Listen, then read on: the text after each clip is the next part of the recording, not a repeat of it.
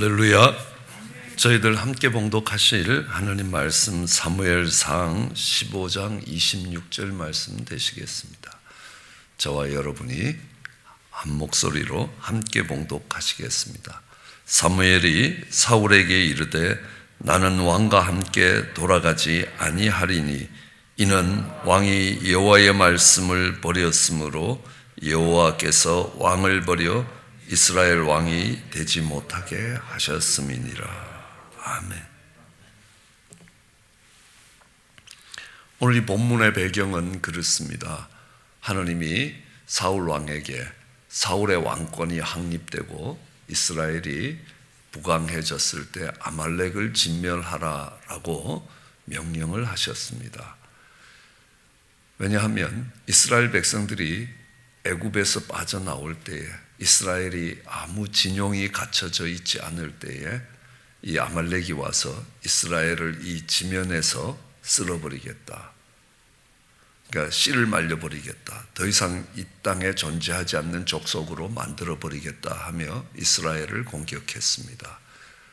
그래서 여호수아는 싸우러 가고 모세는 산꼭대기에 올라가서 모세가 손을 들면 이기고 손이 내려오면 지는 그런 르비딤의 전투가 있을 때 하나님이 이야기합니다.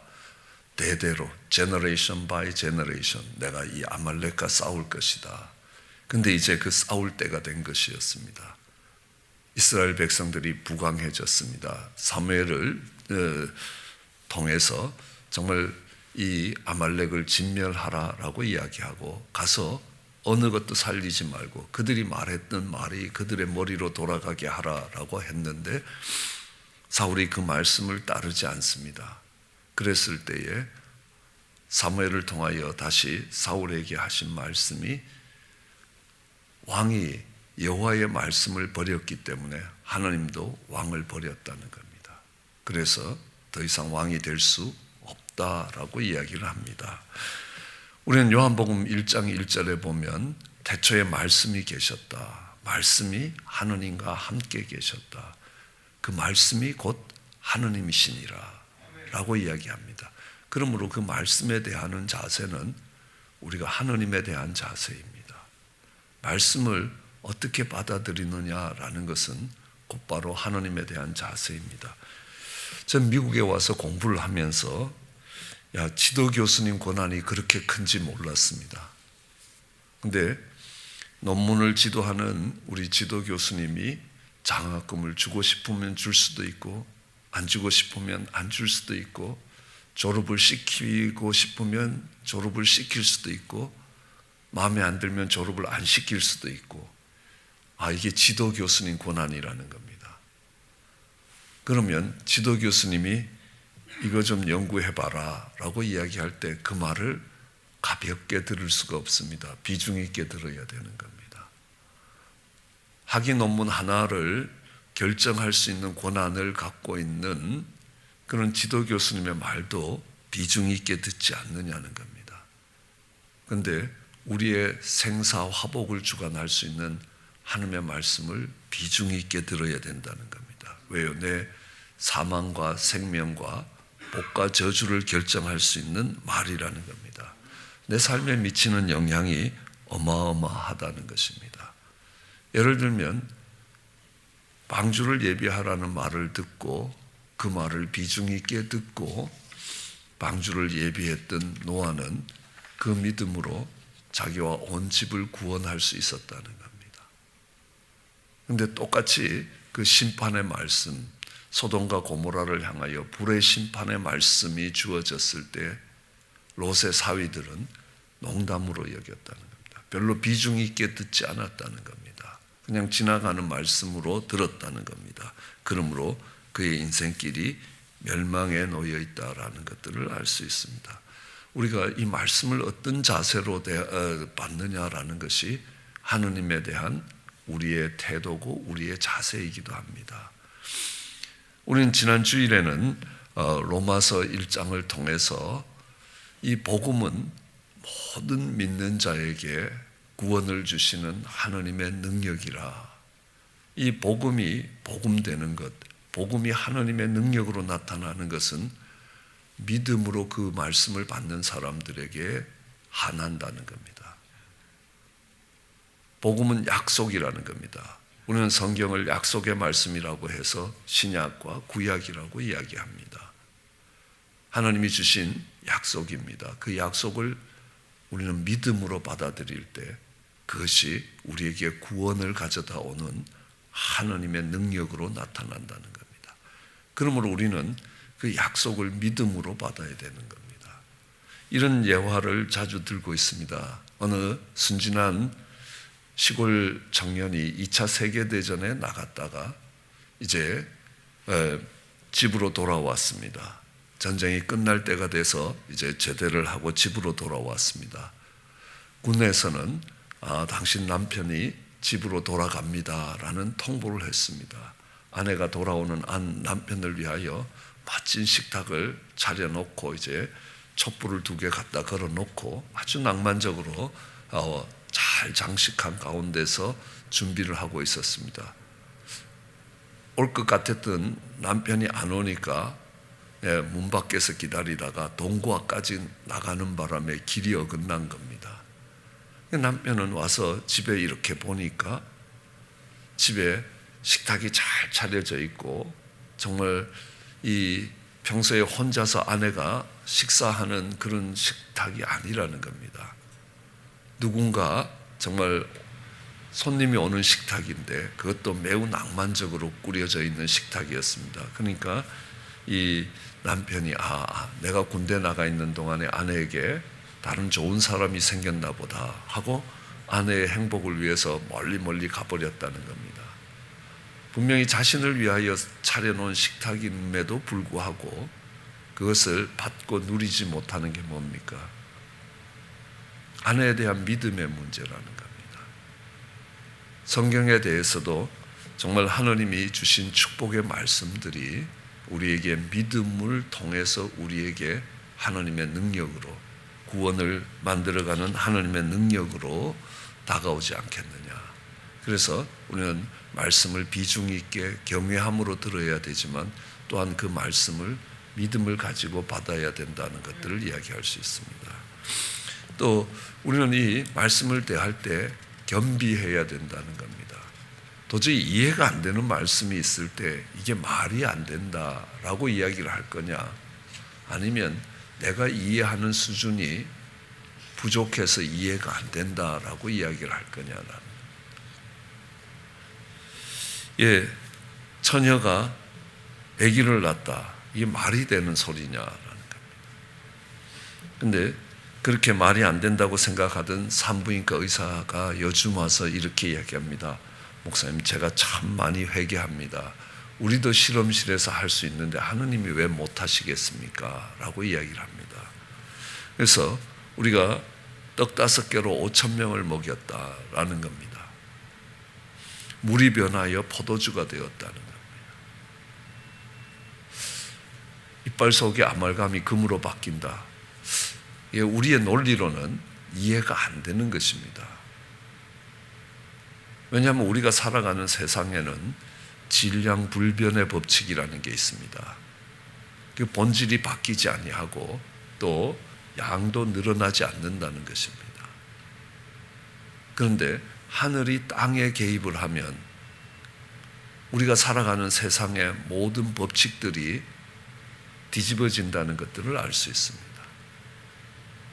우리가 예를 들어서 이 애벌레가 2차원에서 기어다니는 애벌레를 집게로 찝어서 테이블 위에 올려놓으면 애벌레는 천지가 뒤집어지는 일이 일어났습니다. 왜냐하면 배로 기어야만 위치가 이동되는 애벌레가 날라서 호랑나비처럼 날라서 위치가 이동됐습니다. 쉽게 이야기하면 애벌레 세계에서는 있을 수 없는 일이 일어났다는 겁니다. 우리는 그것을 이렇게 설명합니다. 3차원이 2차원에 개입하면 2차원의 세계가 뒤집어진다는 겁니다. 영적인 세계, 말씀은 곧 영이라고 이야기하는 영적인 세계가 이 3차원의 세계에 개입하면 3차원이 뒤집어진다는 겁니다. 그러므로 하늘이 땅에 개입하면 땅에서 일어나던 모든 법칙들을 초월할 수 있다는 겁니다. 그래서 질량불변의 법칙도 초월할 수 있고 시간과 공간을 초월할 수 있고 유전적 법칙도 자연적 법칙도 초월할 수 있고 사망, 죽음의 법칙도 초월할 수 있다는 것입니다. 내가 이해할 수 있는 폭이 제한되고 내가 알지 못하기 때문에 그렇다라는 것으로 받아들일 때 우리는 그것을 겸손이라고 이야기합니다. 그런데 내가 가지고 있는 지식과 내가 갖고 있는 경험이 그 판단이 틀리지 않는다는 겁니다. 그렇다면 뭡니까? 성경이 틀렸다는 겁니다. 욥의 자세가 그랬습니다. 하나님이 이렇게 역사하시는 건 이게 올바르지 아니하시다는 겁니다. 내가 뭘 잘못했냐는 겁니다. 내게 심한 고난이 닥쳐왔는데 정말 하나님, 내가 다른 사람보다 더 잘못한 거 없다는 겁니다. 내가 이런 대우를 받아야 될 만큼 하나님한테 잘못하지 않고 나는 하나님을 경외하며 하나님 앞에 살았다는 겁니다. 그러니까 하나님, 내가 지금 이 고난의 시간을 지나가는 것도 지나가는 거지만 난 너무 억울하다는 겁니다. 하나님, 한번 변론을 하자는 겁니다. 하나님, 어떻게 말씀을 해보시라는 겁니다. 그러자 엘리후라는 사람이, 젊은 사람이 와서 욥을 통렬하게 꾸짖습니다. 내용을 다 차치하더라도 당신이 하는 말이 얼마나 잘못된지 아느냐는 겁니다. 당신은 내가 의롭다라고 함으로 인하여 하느님이 불의하게 행동하셨다는 겁니다. 당신은 하느님을 지금 불의하게 만들고 있다는 겁니다. 당신은 의롭고 하느님은 불의하신 분이냐는 겁니다. 거기서부터 잘못된 것이랍니다. 그 다음부터 이야기합니다. 하느님이 여러 가지 질문들을 하는 겁니다. 내가 이 지축을 놓을 때 네가 어디 있었느냐는 겁니다. 내가 높이 올라가서 남쪽으로 내려가는 이유를 네가 아느냐는 겁니다. 악어가 다른 새는 다 잡아먹는데 악어 새는 안 잡아먹는 이유를 아느냐는 겁니다. 말이 적진을 달릴 때 두려워하지 않는 이유를 아느냐는 겁니다. 말이 적진을 달릴 때 두려워하지 않는다는 것을 알고는 있는데 왜 두려워하지 않는지 우리가 알 수가 없다는 겁니다. 그러면서 욥은 이야기합니다. 정말 내가 죄를 뒤집어 쓰고 회개합니다. 다르게 이야기하면 내가 이 작은 주먹만한 머리로 하나님을 판단하고 있었다는 겁니다. 우리는 성경이 말하는 회개라는 것은 내가 어떤 행위를 잘못한 게 아니라는 겁니다. 하나님 눈길 앞에 있지 않고 하나님과의 관계에서의 죄를 이야기합니다. 그러므로 내가 죄를 뒤집어 쓰고 회개해야 된다라고 이야기합니다. 그래서 우리는 욥기를 보면서 하나님이 욥 자신이 인생이라는 걸 깨닫게 하셨다는 겁니다. 얼마나 나약한 존재인지, 자기가 가진 걸 아무것도 지킬 수 없는 나약한 존재고, 또 그런 어려움에 있을 때 다른 그런 고난을 지나가는 사람을 이해할 수 있다는 겁니다. 그 고난을 지나가면서 욥은 세상을 사랑하지 않게 되는 겁니다. 그 고난을 지나가면서 욥은 진정으로 하나님을 바라보게 되는 겁니다. 그리고 욥은 이야기합니다. 내가 듣기만 하던 하나님을 보게 되었습니다. 그때서야 하나님이 왜 이 고난의 시간들을 자기에게 몰고 오셨는지를 깨달은 것이 된 것입니다. 우리는 욥기를 읽으면서 하나 더 배울 수 있는 말씀을 대하는 자세를 배울 수 있습니다. 욥의 친구들과 욥의 하는 말을 보면 그렇습니다. 늘 말씀드리지만 네 시작은 미약하지만 내 끝은 창대할 것이다 라는 겁니다. 그 말이 굉장히 좋은 말씀처럼 느껴져서 우리는 식당이나 새로운 비즈니스를 시작하고 새 일을 시작하시는 분들에게 그 말씀이 담긴 액자를 선물하기도 합니다. 그런데 그 말은 나중에 그 말을 했다는 이유로 욥의 친구들은 하나님께 심한 꾸지람을 받습니다. 이게 왜 잘못된 것이냐는 겁니다. 욥이 한 말이나 욥의 친구들이 한 말이 다 다른 성경에 있는 말씀들이라는 겁니다. 그런데도 꾸지람을 받습니다. 왜냐고요? 두 사람의 말이 바뀌면 된다는 겁니다. 욥의 친구들이 했던 말을 욥이 하고 욥이 했던 말을 욥의 친구들이 하면, 그러니까 이게 옳은 말이 되는데 그렇지 않으면 옳지 않는 말씀이 된다는 겁니다. 우리는 부부관계를 이야기할 때 에베소서는 이렇게 이야기합니다. 정말 아내들이여 남편에게 복종하라라고 이야기합니다. 남편들이여 아내를 사랑하라. 예수님이 교회를 사랑하신 것처럼 사랑하라라는 말씀이 있다는 거 우리는 결혼식장에 가서도 많이 들었습니다. 근데 부부싸움을 할 때, 야, 아내가 되어서 하나님이 남편에게 복종하라고 이야기하는데 복종은커녕 머리 위에 서서 맨날 명령을 하고 있다고, 또 아내는 야, 예수님이 교회를 사랑한 거에 반의 반만큼이라도 좀 사랑해봐라 라고 이야기를 하게 될 것입니다. 두 사람 다 성경을 인용했습니다. 근데 왜 인용했고 왜 잘못 인용했습니까? 그 말씀을 내게 적용하려고 인용한 것이 아니라 다른 사람에게 적용시키려고 했기 때문에 그렇다는 것입니다. 그 말씀이 내게 적용되면 내 죄가 드러나고 정말 내 부족함이 드러나는 것입니다. 죄가 깨달아지는 말씀이 되는 겁니다. 진리의 말씀이 되는 겁니다. 그런데 다른 사람에게 적용시키면 그 말씀은 정죄의 말씀이 되는 겁니다. 그 말씀이 내게 적용되면 그것은 은혜의 말씀이 되는 겁니다. 그러나 다른 사람에게 적용시키면 정죄의 말이 된다라는 것들을 알 수 있습니다. 같은 이유로 우리는 이 탕자의 비유를 들 수 있습니다. 잃어버린 양과 잃어버린 동전과 탕자의 비유를 들었습니다. 그때는 뭘 보냐 하면요, 잃어버린 자를 찾는 하나님의 심정을 이해해야 된다는 겁니다. 탕자의 비유에서 가장 중심이 되는 인물은 바로 집에 있던 큰아들이었습니다. 쉽게 이야기하면 교회 생활 잘하고 있다고 생각하는 성도들이라는 겁니다. 세상에서 전혀 정말 손가락질 받을 만한 삶을 살다가 돌아온 사람을 보는 시각이 삐뚤어져 있을 때의 모습이라는 겁니다. 그것이 나를 향한 말씀이라는 걸 이해를 못한다는 겁니다. 그래서 하나님이 바로 그 뒤이어서 불의한 청지기의 비유를 합니다. 불의한 청지기가 주인이 맡긴 재산을 마음대로 쓰다가 그것이 주인의 귀에 들렸습니다. 그러자 주인이 이제 결산을 하고 이제 사임해라. 네가 더 이상 내 재산을 관리하는 청지기로 있을 수가 없다라고 하니까 이 청지기가 고민을 합니다. 야, 이건 나가서 땅을 파기에는 너무 힘이 들고 정말 살 길이 없다. 그러니까 내가 빚진 사람들한테 와서 너 쌀이 얼마 빚졌냐, 밀이 얼마 빚졌냐, 100섬을 빚졌습니다. 그러니까 50이라고 써라. 그리고 50섬을 깎아줬습니다. 또 기름을 보면서 네가 몇 병 빚졌냐, 100병 빚졌습니다. 그러니까 여기 80이라고 써라 라는 겁니다.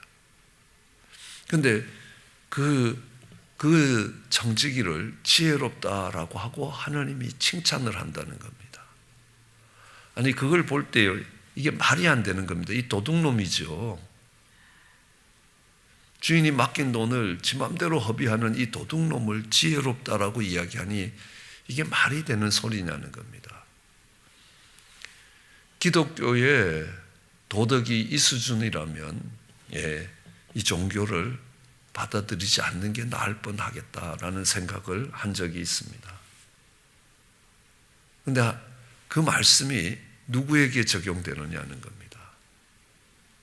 객관적으로 다른 사람에게 적용될 때는 이게 말이 안 된다는 겁니다. 그런데 그 말씀이 내게 적용될 때는 은혜의 말씀이 되는 겁니다. 왜냐고요? 하나님이 우리에게 주신 시간이 있습니다. 생명이라는 것은 시간입니다. 우리에게 10,000시간 살도록 하시면요, 1시간은 10,000분의 1의 생명입니다. 그리고 하나님이 재물 얻을 능력을 주셨습니다. 물질을 허락해 주셨습니다. 그런데요, 우리는 그것이 내 것인 것처럼 썼다는 겁니다. 하나님 앞에 가서 결산해야 된다는 겁니다. 큰일 난 거라는 겁니다. 분명히 하나님이 주신 것인데 그것을 형제들이랑 나누면서 정말 하나님이 심판하실 때를 준비하고 있는 것을 지혜롭다라고 이야기합니다. 지금까지 함부로 살았을지라도 지금에 서서 여전히 그것은 내 것이 아니라 주인의 것이라는 겁니다. 그것을 정말 주인의 뜻대로 나누었을 때 그 남은 생애를 그렇게 살았던 그를 하나님이 정말 귀하게 봐주시고 칭찬해 주신다는 사실이라는 겁니다. 이게 객관적인 도덕률이 될 때는 이게 말이 안 되는 소리라는 겁니다. 그렇지만 내게 그 도덕률이 적용될 때는 내게는 은혜라는 겁니다. 그것이 누구에게 적용되느냐에 따라서 이 말씀이 달라지게 된다는 것들을 알 수 있습니다. 우리는 말씀을 읽고 이해가 되지 아니할 때 겸손하게 내가 이해를 못한다라고 한 뒤에 할 수 있는 것은 성령의 도우심을 구하는 것입니다. 성령이 오시면 그것들이 깨달아지게 하시고요. 저는 그런 경험들을 많이 했습니다. 말이 안 되고, 아니 말이 안 된다는 것보다 이제 철이 들면서 내가 이해를 못하고 있는 이 본문들, 어려운 본문들, 난해한 본문들입니다. 불의한 청지기의 비유와 같은 난해한 본문들입니다. 그러나 그것이 깨달아질 때 얼마나 큰 은혜가 되는지, 성령님이 오셔서 그것을 깨닫게 할 때에 그것은 정말 내가 생각했던 것보다 더 큰 은혜의 말씀으로 다가오는 것들을 볼 수 있습니다. 그런 경험이 몇 번 있으면요, 그 다음에는 깨닫지 못하면 하나님이 깨닫게 해주시기를 기도하고 성령의 도우심을 구하게 되지 않느냐는 것입니다. 끝으로 이 말씀을 대하는 자세에서 우리는 이 말씀이 모든 삶의 기준이 되어야 될 것이다. 성경이 약속하지 않습니까? 여호와의 책을 자세히 읽어보라는 겁니다. 빠진 말씀이 하나도 없고 짝이 없는 말씀이 없다는 겁니다. 내가 무엇을 결정하고 내가 어디로 나아가야 되고 어떻게 해야 될 것인가라는 그것의 기준들이 다 성경에 있다는 것입니다. 그리고 그 성경 속에서 결정의 기준과 삶의 방향을 결정하면 지혜로워지게 되는 것입니다. 그것이 스승보다 지혜롭고 노인보다 지혜롭게 만들어줄 수 있는 말씀이라는 겁니다. 그리고 그 말씀을 읽을 때는 늘 처음 읽듯이 읽으라는 겁니다. 어느 목사님은 이렇게 추천합니다. 매년 성경책을 한 권씩 새로 사라는 겁니다. 그러면 이렇게 줄쳐놓은 것만 열심히 잘 읽던 그것과 달리 전혀 선입관 없이 말씀을 새롭게 대하기 때문에 그렇다는 겁니다. 그래서 한때는 따라하다가 점점 이제 컴퓨터에 의존하기 시작하면서 매년 연초에 새로운 성경을 사는 일들을 오래전에 이렇게 그쳤습니다. 다시 해볼까도 생각합니다. 이 성경을 연애편지 읽듯이 읽고 이 성경을 반복해서 읽으라는 겁니다. 특별히 이렇게 하나님의 말씀을 암송하고 하나님의 말씀이 가감없이 그대로 선포될 때 그 말씀에는 굉장한 능력이 따라온다라는 것들을 알 수 있습니다. 늘 배우고 깨닫기 위해서 기도하는 자세로 읽고요. 때로는 말씀을 읽을 때 현미경으로 살펴보듯이 자세히 한 구절 한 구절을 살펴봐야 되며, 또한 망원경으로 멀리 것들을 조명하듯이 이 전체적인 구성과 구조 속에서 주시는 메시지들을 받을 수 있어야 될 것입니다.